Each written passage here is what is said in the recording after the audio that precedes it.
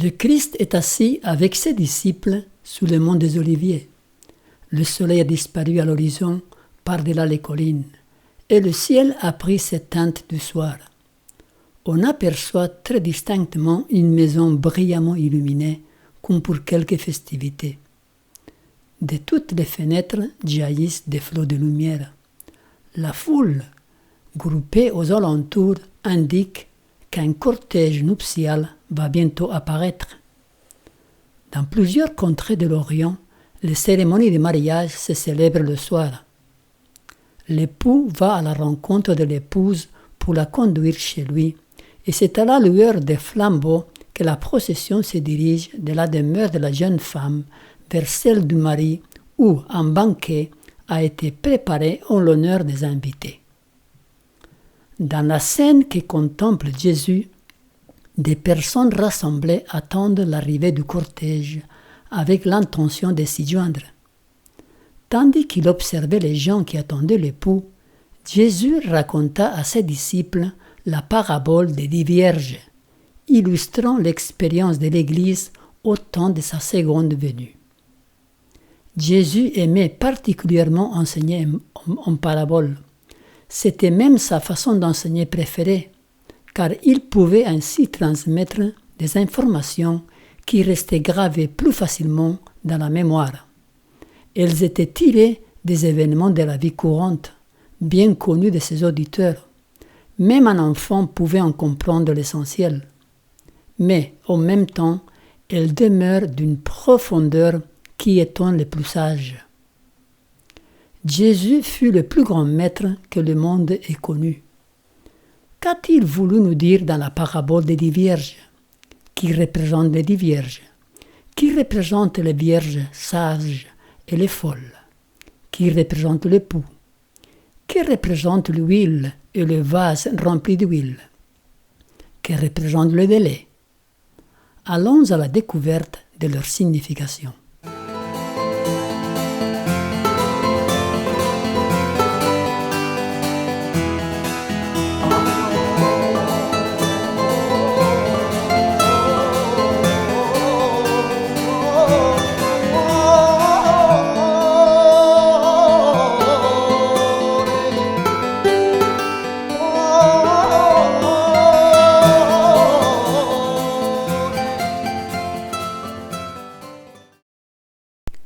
Étudions la parabole verset par verset.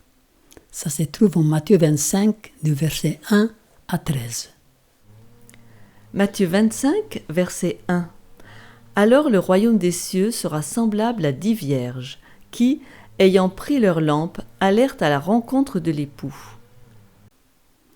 Les 10 vierges représentent ceux qui attendent le retour de Jésus, de l'époux. Elles sont appelées des vierges à cause de la pureté de leur profession de foi. L'époux, comme nous l'avons déjà dit, c'est Jésus. Le mariage représente l'union de la divinité avec l'humanité. 5 d'entre elles étaient folles et 5 sages. On voit ici 5 et 5. 2 catégories. Des jeunes filles, elles correspondent aux 2 classes de personnes qui disent croire au retour du Seigneur. Nous verrons plus tard la signification des sages et des folles, car cela devient évident au fur et à mesure que l'on étudie la signification des versets qui suivent. Les folles, en prenant leurs lampes, ne prirent point d'huile avec elles. Les lampes représentent la parole de Dieu. Dans le psaume 119, il nous est dit « Ta parole est une lampe à mes pieds et une lumière sur mon sentier. » L'huile, c'est un symbole du Saint-Esprit, figuré ainsi dans la prophétie de Zacharie, Zacharie 4, versets 1 à 6. L'ange qui parlait avec moi revint et il me réveilla comme un homme que l'on réveille de son sommeil. Il me dit, « Que vois-tu » Je répondis, « Je regarde et voici, il y a un chandelier tout d'or, surmonté d'un vase et portant 7 lampes, avec 7 conduits pour les lampes qui sont au sommet du chandelier.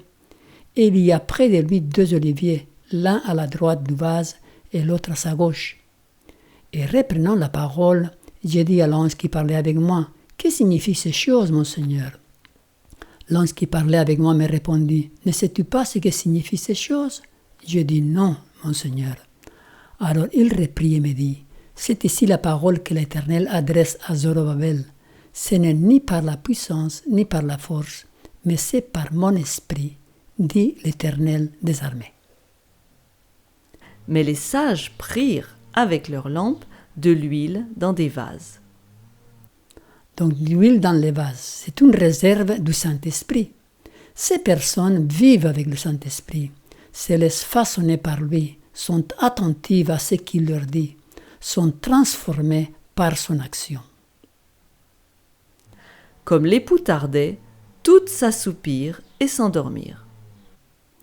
Donc l'époux tardait, il y a un délai qui met à l'épreuve toutes les vierges, qui croient que Jésus revient bientôt, mais elles n'en connaissent ni les jours ni l'heure. Elles sont donc appelées à veiller. Avec le temps, on perd son premier amour, le zèle pour le Seigneur diminue, on devient tiède, on néglige d'entretenir sa vie chrétienne et l'on s'endort dans une routine et le formalisme. Verset 6. Au milieu de la nuit, on cria, « Voici l'époux, allez à sa rencontre. » Au milieu de la nuit. L'arrivée de l'époux a lieu à minuit, l'heure la plus sombre où le sommeil est le plus profond, au moment le moins attendu. De même, le retour de Christ se produira dans la période la plus critique de l'histoire de notre planète. Le temps de Noé et de Lot illustre bien la situation du monde avant l'apparition du Fils de l'homme. La grande apostasie engendrera des ténèbres aussi épaisses que celles des minuit, aussi impénétrables qu'un sac de crin. Ce sera une nuit d'épreuve pour le peuple de Dieu, une nuit de larmes et de persécutions pour ceux qui s'attachent à la vérité. Néanmoins, la lumière divine aura raison de ces ténèbres, et le caractère de chacun se révélera dans ces heures cruciales. Nous ignorons tous le lendemain, et beaucoup de personnes se feront surprendre par la mort qui arrive à l'improviste. L'époux donc, c'est Jésus, nous l'avons déjà dit, qui reviendra chercher son épouse, l'Église, pour célébrer les noces de l'agneau. Alors toutes ces vierges se réveillèrent et préparèrent leurs lampes. Alors toutes les vierges se réveillent. Toutes furent prises à l'improviste, mais les unes étaient en mesure de faire face à toute éventualité, tandis que les autres n'avaient rien prévu. Aujourd'hui également, une catastrophe soudaine et inattendue, mettant l'âme face à face avec la mort, montrera si notre foi dans les promesses divines est réelle ou non, si notre âme s'est soutenue ou non par l'Esprit de Dieu. Le grand test aura lieu à la fin du temps de grâce, au moment où il sera trop tard pour se préparer à subvenir à ses besoins spirituels. Les folles dirent aux sages, « Donnez-nous de votre huile, car nos lampes s'éteignent. » Qui sont les vierges folles? Ces personnes-là, figurées par les vierges folles, ne sont pas forcément des hypocrites. Ce sont des personnes qui respectent la vérité, qui soutiennent ses droits. Elles aiment la compagnie des croyants, mais elles ne se sont pas abandonnées à l'action de l'Esprit. Elles n'ont pas brisé leur nature sur le rocher, c'est-à-dire Jésus-Christ. Elles se sont contentées d'une expérience superficielle et n'ont pas connu Dieu véritablement. Elles ne se sont pas appliquées à sonder son caractère. Elles n'ont pas entretenu de communion avec le Seigneur. En un mot, ce sont des chrétiens formalistes. Et les vierges sages, qui sont donc? Ce sont les vrais chrétiens, qui prennent la religion au sérieux. Ils vivent en communion avec le ciel par l'intermédiaire du Saint-Esprit. Ils sont toujours prêts pour aller à la rencontre de l'époux. Les sages répondirent, « Non, il n'y en aurait pas assez pour nous et pour vous. Allez plutôt chez ceux qui en vendent et achetez-en pour vous. » Qu'est-ce que cela veut dire? Il n'y a pas assez pour nous et pour vous. Dans le domaine de la foi, nul ne peut combler les déficiences des autres.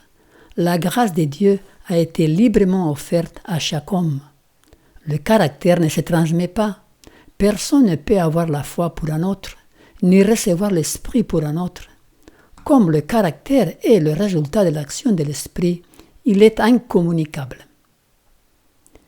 S'il y avait dans le pays Noé, Daniel et Job, je suis vivant, dit le Seigneur l'Éternel, ils ne sauveraient ni fils ni fille, mais ils sauveraient leur âme par leur justice. Ézéchiel 14, verset 20.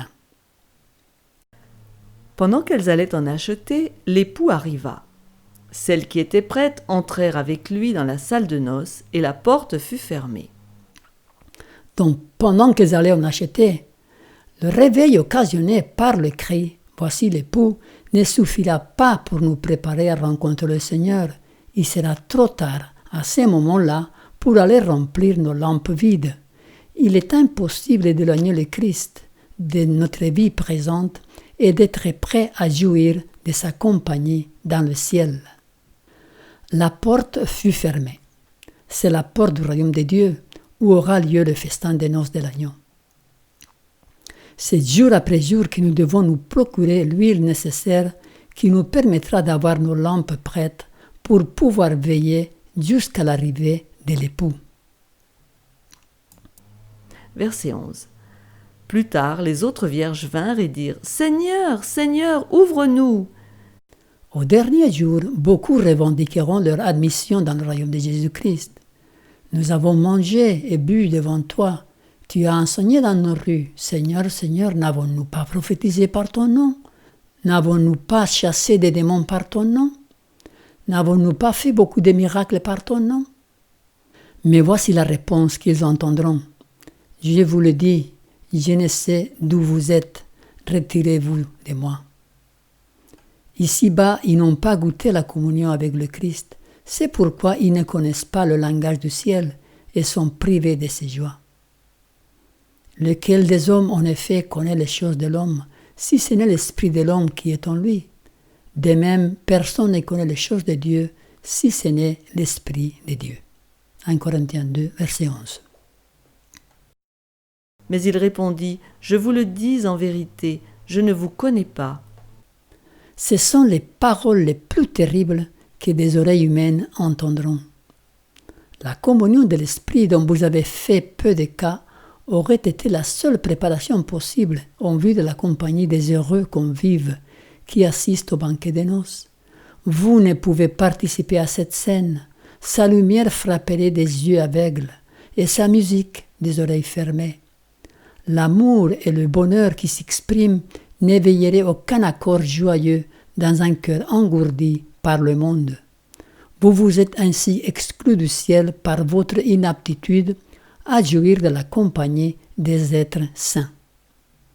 Les 10 vierges veillent au crépuscule de l'histoire de ce monde. Toutes se disent chrétiennes. Toutes ont reçu un appel, un nom, une lampe, et toutes prétendent être au service du Seigneur. Chacune semble attendre l'apparition du Christ, mais 5 ne sont pas prêtes. 5 seront surprises et désolées quand elles se trouveront exclues de la salle des noces.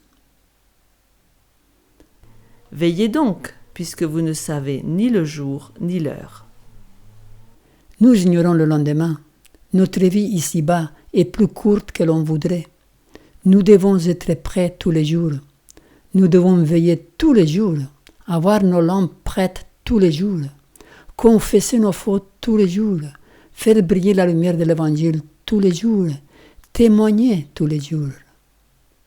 Ceux qui attendent l'arrivée de l'époux doivent dire au monde « Voici votre Dieu ». Les derniers rayons de la lumière de la grâce, le dernier message de miséricorde qu'il faut porter à l'humanité, c'est une révélation de son amour. Les enfants de Dieu sont appelés à manifester sa gloire. Dans leur vie et leur caractère, ils ont à témoigner de ce que la grâce de Dieu a fait pour eux. La lumière du soleil de justice doit produire des paroles de vérité et des œuvres de sainteté. L'enseignement de Jésus avait un seul but, le salut des âmes. Il souligne à chaque fois le fait que nous devons être prêts tous les jours, car aujourd'hui peut être notre dernier jour. L'urgence n'est pas dans le fait que Jésus peut arriver demain, mais plutôt que notre mort peut survenir à tout moment. La parabole des 10 vierges, comme tant d'autres paraboles, nous invite à une préparation quotidienne, à une communion quotidienne avec le ciel. C'est ainsi seulement que nous pourrons éclairer avec nos lampes le retour de l'époux et que nous pourrons rentrer dans le festin des noces, les noces de l'agneau, le royaume de Dieu.